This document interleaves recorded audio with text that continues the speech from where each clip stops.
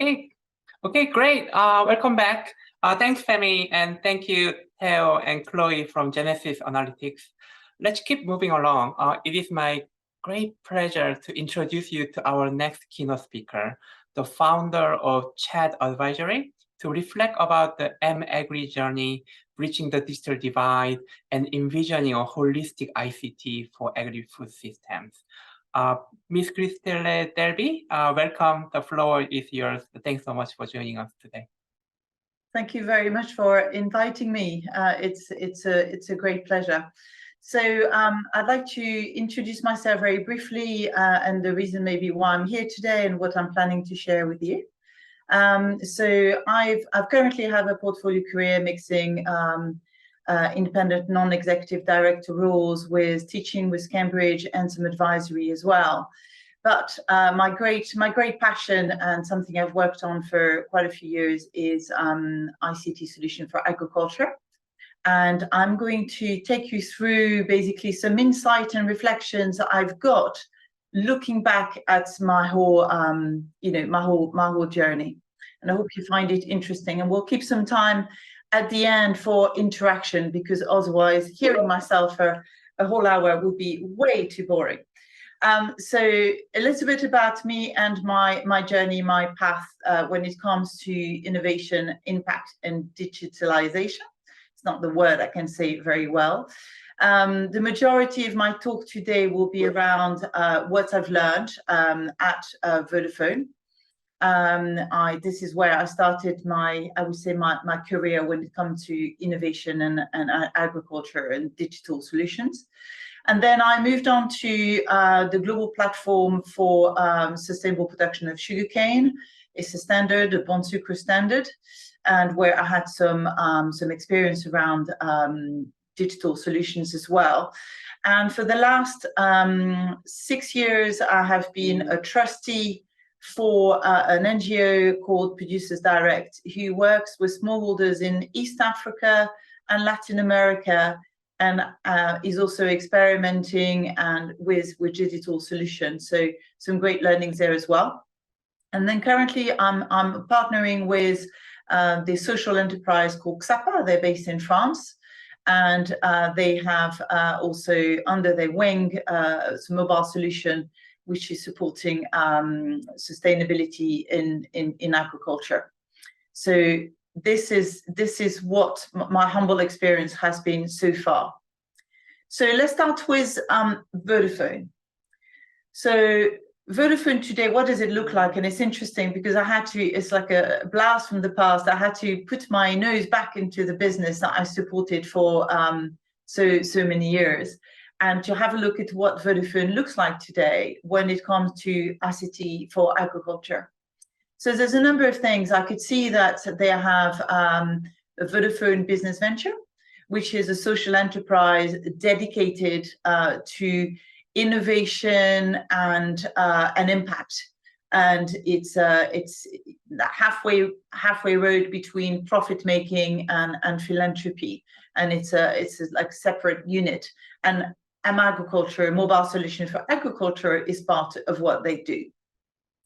Then the other thing that I noticed as well is obviously Vodafone has and still has a strong capability when it comes to machine or Internet of Things.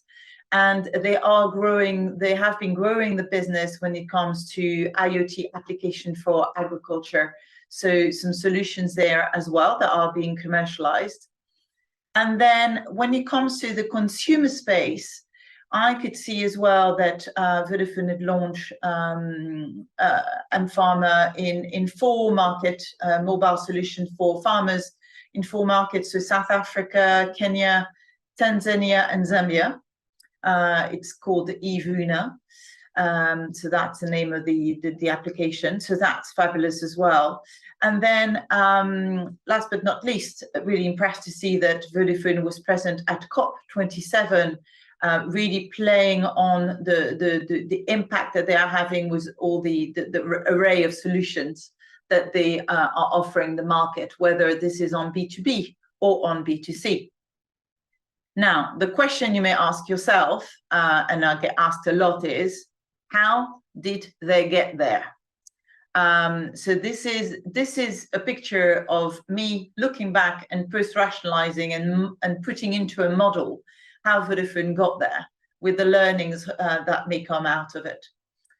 So, and it was interesting for me to put date on it because it precedes the time I had at Vodafone.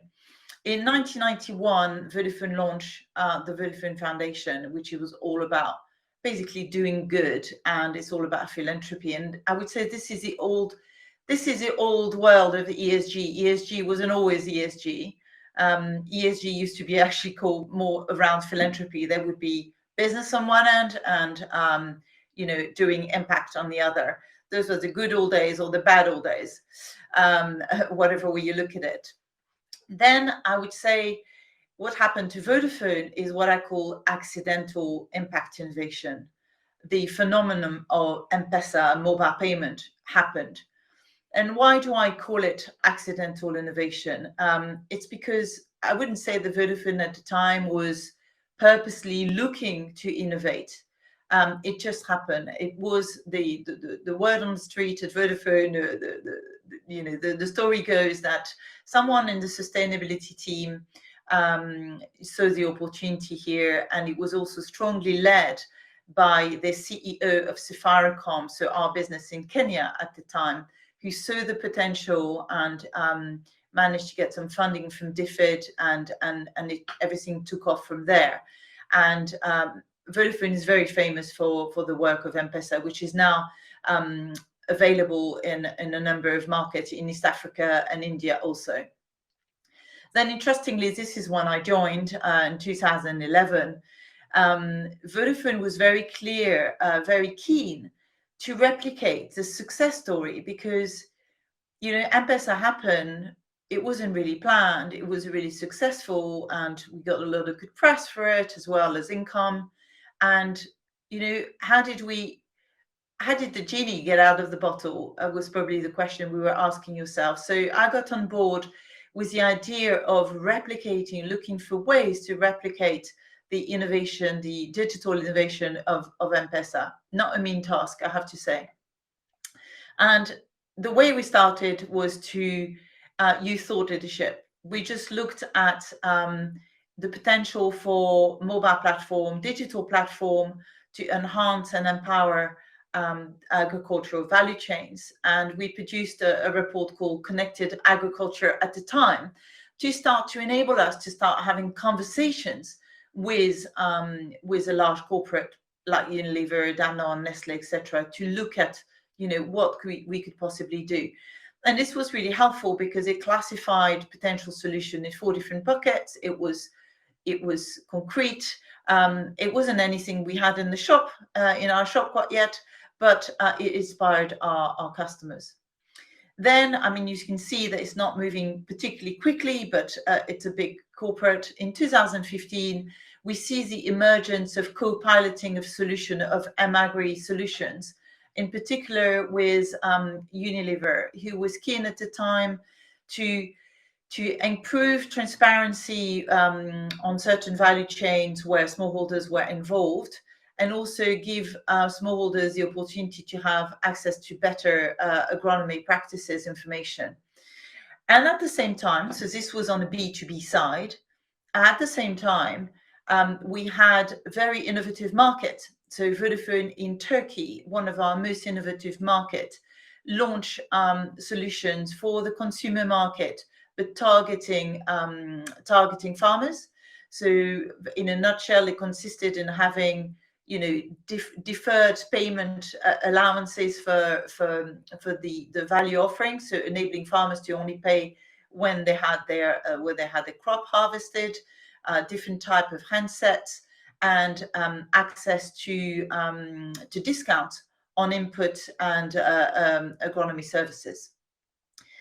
Then you move to 2019, where I see that Vodafone basically is, I would say, integrating better their desire to have an impact with their desire to grow commercially the business by updating their purpose, In 2019, the purpose becomes to connect for a better future by enabling inclusive and sustainable digital societies. And I think this is really important, and I'll come back on this later, that businesses that want to scale impact whilst being commercial need to rethink about their purpose, because the purpose is at the heart of everything that they do. And then looking at the business today, 2023, as I started the talk today, we can see a portfolio of B2B and B2C solutions across market and across B2B and B2C. So we can see that it's starting to flourish. So you can see a long way. Vodafone has gone a long way from the days where it would do business on the one end and innovate digitally for agriculture on the other. Now it's much more, it is much more integrated. So actually, reflecting on this, one of the questions that I was asked whilst preparing this this webinar is, did we have any pushback from shareholders? Well, in a way, because it was an evolution, not a revolution. There was no pushback from shareholders. What made the progress easier was that we had a joint venture in South Africa who was basically focusing on developing the platform that were more targeting the agricultural sector. And this means that the business as usual can carry on whilst the innovation keep growing.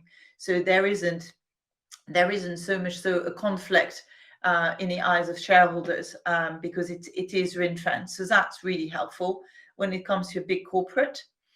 Another question I was asked was whether what did we do with the content?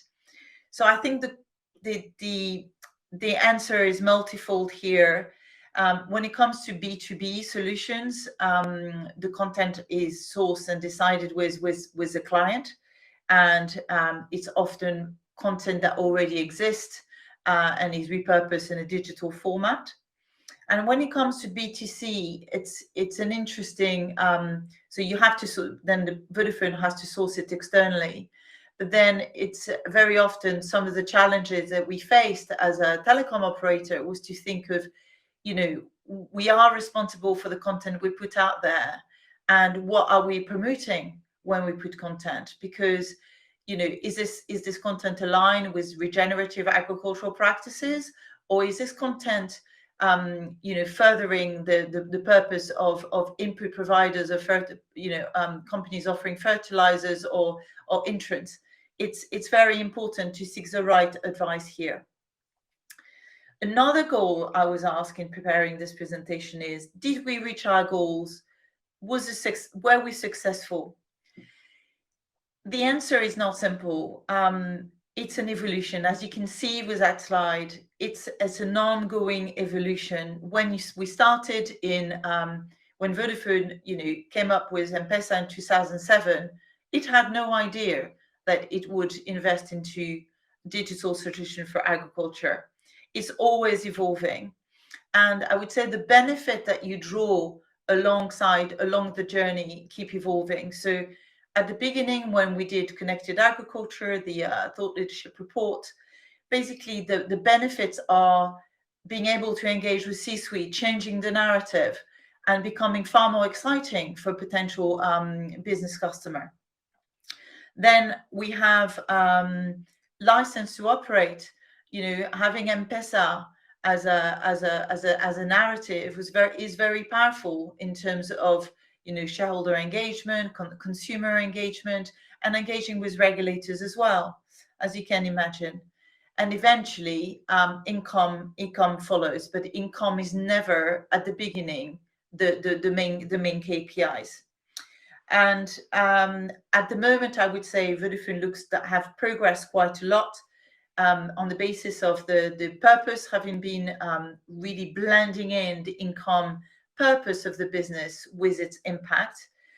It has an integrated offering, so there isn't special offering on the side here where we just play at doing things, and it feels to me truly embedded, but it will go from strength to strength, I am sure. Now, another question I get asked is, yes, profitable business versus development impact. And I would say that actually that question is not particularly helpful, because why would we have to choose? I would say development impact for profitable business. Both go hand in hand. And as I said earlier, the benefit as a business can be measured not financially initially. It's access to C-suite, which has got huge value. It's a marketing benefit of it, nothing to be ashamed of. And also customer retention. When Vodafone Turkey launched its special tariff for farmers, it's about acquisition of customers, it's about retention, and it's not just about the benefit that solution, the commercial revenue of that solution. It can be measured in other ways. I would say that to ensure that there is no conflict between profitable business and development impact, it seems easier for a big corporate to ring fence where the innovation happens.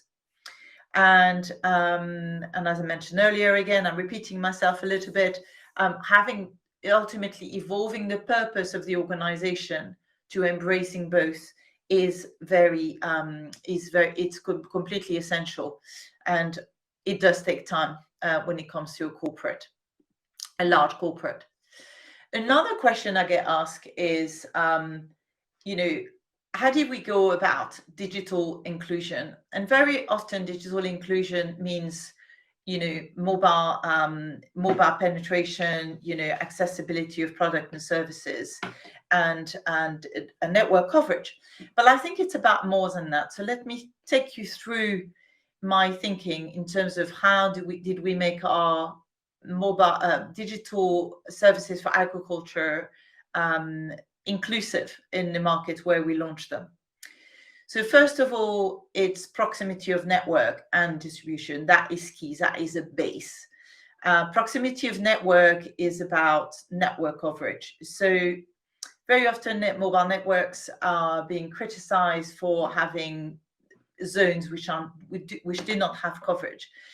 What is important to remember here is that when a country wishes to have mobile network coverage, which is now most countries in the world will have that, it invites a number of operators to bid for the license. And in that license, there are certain KPIs when it comes to coverage for the network. If the government put that coverage too high, making the, I would say, the business less palatable for mobile operators, it risks not having enough telecom companies bidding for that license. So it's in a way predetermined by the bidding system. So that's very important to understand. Some regulators, some government decide to then use subventions to finance further coverage, which is not commercially viable. So that's possible. And it's actually what happens. A little story was told to me recently about Vodafone in Kenya, Safaricom. Basically, there wasn't enough coverage in a part of the country which had a lot of agriculture, the Masai Mara, and it was decided that Vodafone would ensure full coverage in this region, but assuming this would be at a loss. And actually, something very strange happened is that the revenues from that region, basically there was a profit for that region because the farmers, whilst not very wealthy, found value in the offering that was offered by Vodafone, and then started generating more income through the solution that were given to them, through the agri-digital solution that were given to them, and invested those revenues into paying for mobile services. So there's a big lesson to be had there. I thought I would check as well, as good measure, what would the coverage for example, a country like Kenya. When it comes to 2G, which doesn't do 2G is for texting only, it's not for for internet connections. 96.6% of the population has 2G coverage, and geographically 56%. So, and what's important really is the population coverage. So that's, I think that gives you a lot to understand when it comes to the government being behind and pushing. Some countries it will be potentially lower. Then the second layer that Vodafone worked on to ensure that mobile agriculture services were available for more widely available is to partner at the region level. I would call that local platform with Mezzanine-ware. So that's a company really understood the needs on the ground in East Africa and had a very deep rooted understanding of farmers, and I think that's very, very important. And then we couple that up with some global partnership initially with DFID, I understand. So when we launched, when we were researching how to launch M-Pesa, we had funding from DFID, the UK government. And when we particularly moved towards agricultural services, we had some support from USAID. So those were really essential to help us along.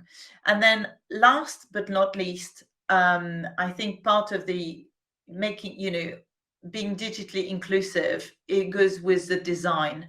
And the farmers need to be at the center of the design of solution, and I'm sure it is easier said than done.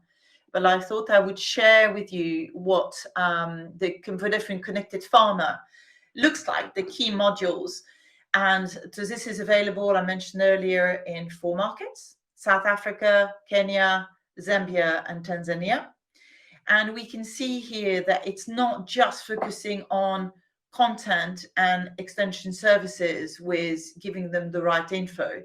And actually, very often through my career, I've had users complain that farmers maybe don't easily get engaged with that content piece if they don't have other sticky services bringing them to the platform.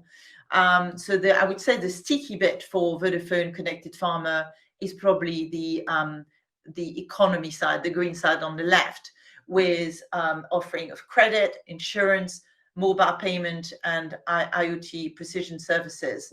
And then last but not least, in terms of the finance, making the whole thing work, it's also important on the right to connect the farmers with the overall value chain. But the lessons here is that it's smallholder centric. It's putting the need of the smallholder at the center of the design. So this is just a story about Vodafone, but I thought I would share with you some, I would say, more generalized insight from all the years, looking back at all the positions I've had touching on mobile services for agriculture. So from Vodafone, key learnings are, what I really could see that investing in regionally based assets was really effective. So you can Google it. Mezzanine-ware had a joint venture with Vodacom, is now a subsidiary of Vodacom. And this was a great, I would say, great acquisition. And this gives that ring fence effect that enables that business to grow whilst not being put in comparison with the growth of the revenue expectation of the core business at the time. Thought leadership is very effective. Some people might have said at the time, if that's all we did, it would be, greenwashing. This would be window dressing, but it wasn't. It truly wasn't. It was really, really effective in engaging B2B in dreaming of what could be, even though we couldn't at the time offer anything to the customer. We went on to partner with Vodafone to co-pilot our first solution for agriculture, but the start of it all was a thought leadership. And then I can see the progress that has been done since I left, because the purpose, as I said, the purpose of the business is very important. If you are in a startup, obviously the purpose will be much more straightforward, but for a big corporate, it needs some rethink and some evolution on the purpose, and it's very important for that to happen. Otherwise, innovation will really struggle. And I strongly believe, but you can call me an eternal optimist if you want, that we have moved from an era of accidental innovation, at least as Vodafone, but I think it's true of many more corporate, to intentional innovation. I think that many more businesses are using the SDGs, the Sustainable Development Goals, and sustainability in general as a lens to innovate and come up with new solutions that not only have an impact but also grow their business. So from my tenure at, I'm still there. I'm still a trustee with Producers Direct. Producers Direct, an NGO, basically was behind a startup called WeFarm, which was a platform which was basically the innovative part of that platform was to basically bank on the fact that farmers actually will listen to farmers. So it's a peer-to-peer advisory platform. And that startup did very, very well indeed, but has recently closed down for lack of funding. And I think there was probably the business model was still questioned. The who pays question had not been fully answered sustainably in the long term. So the learnings from there is that I think there's still so much more we can learn by truly consulting smallholders when innovating. And I think this is what I know this is something that Producers Direct is continuing research into how to make digital solution truly works for smallholders, because all too often we innovate from a very Western perspective. It's a very vertical, top-down perspective, and it doesn't, as a result, doesn't always work as well as it could. I think the peer-to-peer learning is very powerful, but it's also very underexplored. It is. I'd love to hear in the Q&A if there's more examples of this being put in practice at present. And then the scalable challenge, I'm sure a lot of you online will be facing this, is how do we grow the business? Who is a paying customer, and how do we scale is still a challenge a lot of the time. So from Bon Sucre, at Bon Sucre, I was leading value chain partnerships, solutions, and sometimes having a digital element to it. And I would say that what struck me there is that digital innovation has to be done with a value chain in mind, not just the corporate being willing to innovate, and as a result, forcing digitalization on what it thinks is a supply chain. I think there's much more room for the whole value chain to be involved, to understand who gets what out of the innovation, because all too often, yes, the corporate thinks this is a great idea, coming at it from their perspective, but they don't walk a mile in the shoes of the factory at local level, at a country level, nor the smallholder. And ultimately, I would say, as much as I like technology, ICT for agriculture is not about technology. It's about people and trust. If people and trust is not present in the value chain, implementing any digital solution is going to prove very, very difficult. So that element, the trust between the people in the value chain, needs to be there first, so that the intentions are trusted before technology can be successfully implemented. And then last but not least, XAPA. So I'm currently doing some work with XAPA. XAPA has launched a platform that enables a number of things, in particular e-learning to complement e-learning that comes to complement face-to-face learning, and it's available on low technology handset, and the solution can also do impact measurement, sourcing mapping, geolocation, chat, and price weather events. So what have I learned from the interaction I've had with big clients in working for XAPA? Again, it's a bit of a repeat, it's a bit of a trend here, but the data piece collected from farmers is always done from with with value being delivered up the chain. Like the corporate, for example, the big corporate thinking, we need to reduce our scope 3, we need to measure our scope 3, therefore let's do digitalization and get that information from our supply chain, from our value chain. It doesn't, if it's done in that fashion, it doesn't always work. Digital solution, I think, at best are shadowing what already exists, and it goes back with that trust piece, because if there's something that's already happening in physical form, and you basically enhance it with digital, there's far less resistance, and you're much more likely to unlock further benefits.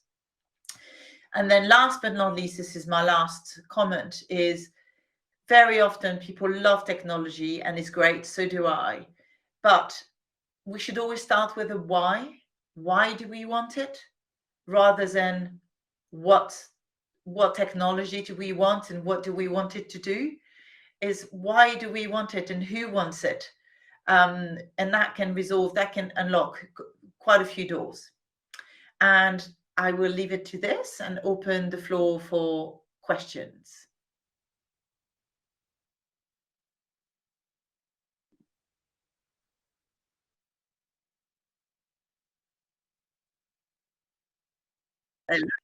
So much, Crystal. You're very welcome. Oh yeah. I have some questions for you, if you don't mind. Yes, sure. All right.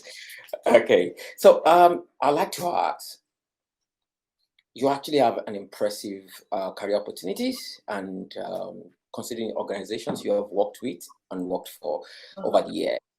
What advice would you give an early career professional who's trying to work with in the ICTforAg space to find some of, to also achieve same success and also opportunities you have observed in some of the markets you have worked?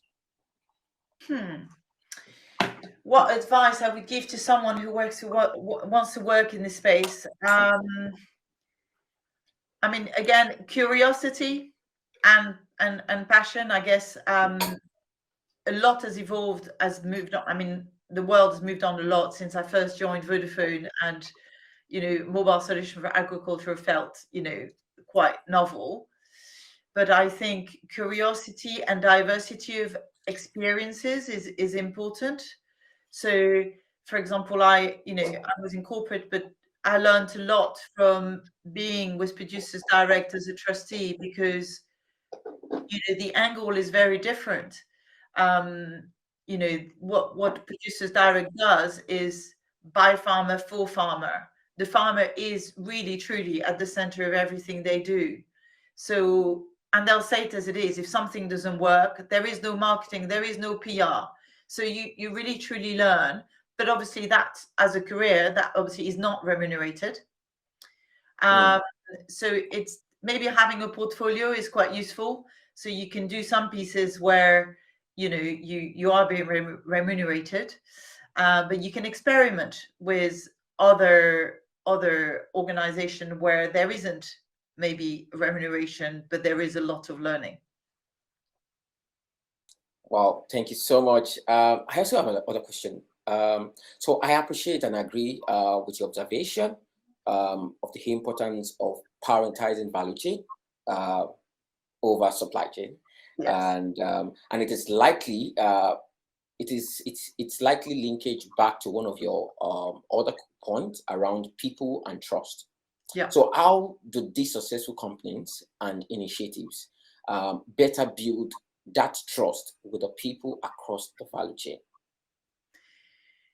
It is an interesting question, because I'm still these days, and maybe we can later on invite, you know, other comments, but it is very difficult. So some companies are naturally more intuitive, intimate, I would say, with their value chain. So I will take the example of a company I'm working with at the moment called Cafe Direct, who does direct sourcing of coffee from Latin America and East Africa. And they work directly with cooperatives. There is no middleman. You know, it's very close. So they work with producers direct to do smallholder engagement, and there they have a, you know, boots and foot on the ground, understanding and delivering value. And then you have bigger corporates. I won't name anyone, not to embarrass anyone, but yes, I mean, they need to, I don't know if it means shortening their chain or having, I would say, maybe it goes back to having longer term relationship. And if you have, you know, you're having a long-term relationship, maybe it becomes easier to invest the time up front to get to know the stakeholders, understand what moves them, and have less of a vertical top-down approach, which is, okay, it's about price, if you're lucky, certification, and then we might do a little CSR project on the top, which doesn't really cut it, because even the CSR projects are, you know, something that is dropped from top down and imposed onto the value chain. So that doesn't work either. So I'm sure there are large corporates out there who do that very well, but I think there is a lot of work to still be done. And that is, for me, the secret to then unlocking the value of digital, is changing the way value chain works in the first place. So I'm moving the problem maybe, but so it is. Thank you so much, Crystal. One more. You had great experience and success stories of Vodafone during your presentation. Yeah. Do you have any insight on why these services and opportunities have not reached much of West Africa as much as the East Africa? That is interesting you would say that, because I actually grew up in West Africa. So as a French person who grew up in Ivory Coast, I would love to see more happening in West Africa. But it seems to be, it is true. So actually, I don't actually know why. I maybe it's about, I don't know, maybe it's about the incentives to the I actually don't know. The answer is I don't know. But at the moment with SAPA, we are working, because it's a French organization, so there isn't the language of the barrier of the language. We are working with the French government and the IFC to look at, you know, launching digital solution for agriculture and also financial solution in West Africa and in Cote d'Ivoire in particular. So more watch this space for what we'll be able to do. But I would agree that there seemed to be less happening in West Africa. And again, I'd have to look at network coverage. Is it a network coverage issue? Is it an appetite for innovation? I don't know. I know that in Kenya, nothing seems to be impossible ever when you speak to a Kenyan. And I haven't spoken to everyone, but you know, you think innovation, you think, you know, changing the status quo, and usually people are very excited by that. So Thank tough you. question. Thank you. Okay, and I'm also, I mean, a little bit excited that you actually grew up in West Africa, where I'm from. Oh yeah. So thank you so much, Crystal. That was actually an amazing keynote, and thanks so much for responding to our questions. So right about now, we'll be moving to the next section. So that's to Jao. Thank you so much. Thank you so much for lending your time. Thank you. Thank you so much for her.